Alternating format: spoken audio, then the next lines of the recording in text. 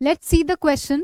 आपको क्वेश्चन में गिवन है, in the following question a statement of assertion is followed by a statement of reason, mark the correct choice as. आपको assertion और reasons दिए गए हैं और आपको ये बोला गया है कि आपको इनको रीड करने के बाद एक अप्रोप्रिएट ऑप्शन को चूज करना है। आपको असर्शन में दिया गया है, columnar epithelium lining the intestinal mucosa appears to have a brush like appearance. अब आपको ऑप्शन में जो दिया गया है, कोलुमनार सेल्स, मान लीजिए कि इस तरीके की एक बेसमेंट मेम्ब्रेन के ऊपर ऐसे पिलर शेप की कुछ सेल्स प्रेजेंट होती हैं। इन पिलर शेप सेल्स को हमने कोलुमनार सेल्स बोला है।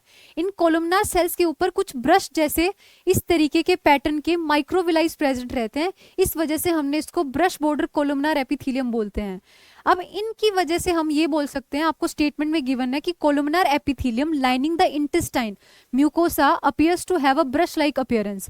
आपको पता होना चाहिए कि इंटेस्टाइन हमारे गट का ऐसा पार्ट होता है जिसके अंदर एब्जॉर्प्शन का काम होता है, और वो एब्जॉर्प्शन का काम करवाने के लिए माइक्रोविलाइज की प्रेजेंस होती है, और वो कोलुमनार सेल्स के ऊपर ही देखने को मिलती है।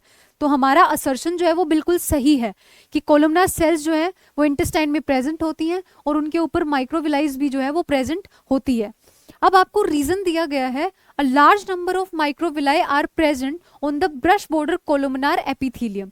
आपको असर्शन में दिया गया था, columnar epithelium lining the intestine mucosa appears to have a brush like appearance. सही बात है, इनकी अपीयरेंस ब्रश लाइक होती है। क्यों होती है? क्योंकि इनके ऊपर में माइक्रोविलाइज की प्रेजेंस देखने को मिलती है। सही बात है। ये ब्रश लाइक अपीयरेंस के लिए रीजन में बोला गया, a large number of microvilli are appear on the brush border columnar epithelium. In microvilli की प्रेजेंस की वजह से ये जो स्ट्रक्चर्स हैं इनको बोला जाता है माइक्रोविलाई, और इन माइक्रोविलाई की प्रेजेंस की वजह से जो इंटेस्टिनल म्यूकोसा होती है वो ब्रश जैसी अपीयर करती है। तो हमारा असर्शन भी सही है और हमारा रीजन भी सही है। अब आपको ये बोला गया है कि क्या असर्शन और रीजन एक दूसरे के करेक्ट एक्सप्लेनेशन है कि नहीं है। डेफिनेटली ऊपर वाले क्वेश्चन स्टेटमेंट में दिया गया है कि ब्रश लाइक अपीयरेंस होता है, नीचे वाले में दिया गया है ये अपीयरेंस इसलिए होता है क्योंकि माइक्रोविलाई प्रेजेंट रहती है। सही बात है। अब आपको चूज करना है, assertion A is true, reason R is true, reason is a correct explanation for the assertion. सही बात है, बिल्कुल असर्शन और रीजन दोनों ट्रू है, और जो रीजन है वो असर्शन का करेक्ट एक्सप्लेनेशन भी है। तो हमारा फर्स्ट ऑप्शन ही इसका सही आंसर चला जाएगा।